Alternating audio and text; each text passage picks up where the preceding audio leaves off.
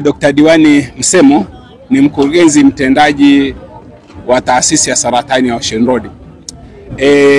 Nataka kuhabarisha umma kwamba taasisi ya saratani ya Ocean Road kupitia programu yake ya tiba mkoba ya Mama Samia Suluhu Hassan au Samia Suluhu Hassan Outreach Program imefika hapa Kigoma.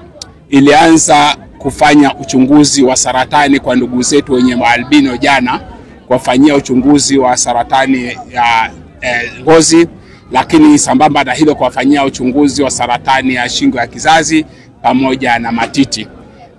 Na zoezi liliendelea kama jinsi ambavyo mlivyoona. Tumemaliza kuadhimisha siku ya kimataifa ya watu wenye albino chini ya usimamizi wa Mheshimiwa Waziri Mkuu Mheshimiwa Kassim Majaliwa.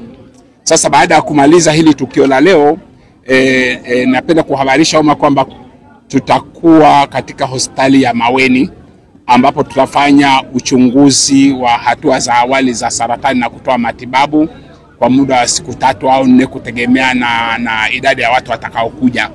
Tutakuwa pale kesho Jumamosi, Jumapili na Jumatatu na pengine na Jumanne kutegemea na idadi ya watu watakaokuja. Kwa hiyo tulikuwa tunapenda kuwaambia wananchi kwamba watumie fursa hii waje kuangalia afya zao.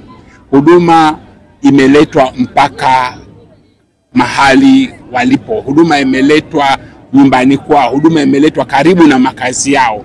Na ni huduma ambayo hailipiwi hata senti 5.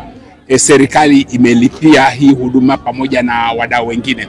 Kwa hiyo nilikuwa nataka ni waeleze na wajue kwamba saratani ukigundua mapema inatibika, inapona kwa 100%. Unapochelewa, hapo ndio tatizo linapoanza. Na serikali pia kwa kutambua hilo, awamu ya 6 ya Mama Samia Suluhu Hassan imefanya uwekezaji mkubwa wa kihistoria katika taasisi ya saratani ya Ocean Road. Kwa miaka 4 iliyopita, serikali imewekeza zaidi ya shilingi bilioni 40 kwa ajili ya ununuzi wa mashine mbalimbali za kisasa, ikiwemo PET-CT na cyclotron ambayo ina uwezo wa kugundua kansa katika hatua za awali kabisa, mashine za MRI na CT scan pamoja na mashine za linear accelerator kwa ajili ya kutoa huduma za mionzi. Pamoja na hayo, bado tunatarajia katika miezi kama 3 ijayo tutakuwa tumepokea mashine nyingine 3 ambazo ni serikali imezinunua kwa ajili ya kuongeza uwezo wetu kuhudumia wagonjwa wa saratani, na hiyo itaondoa kabisa tatizo la watu kusubiria wiki moja au 2 au mwezi mmoja kwa kusubiria matibabu ya mionzi. Itakuwa mtu anakuja, anachunguzwa, madaktari wanathibitisha bana ana saratani, kama anahitaji mionzi basi matibabu yanaanza baada ya hapo.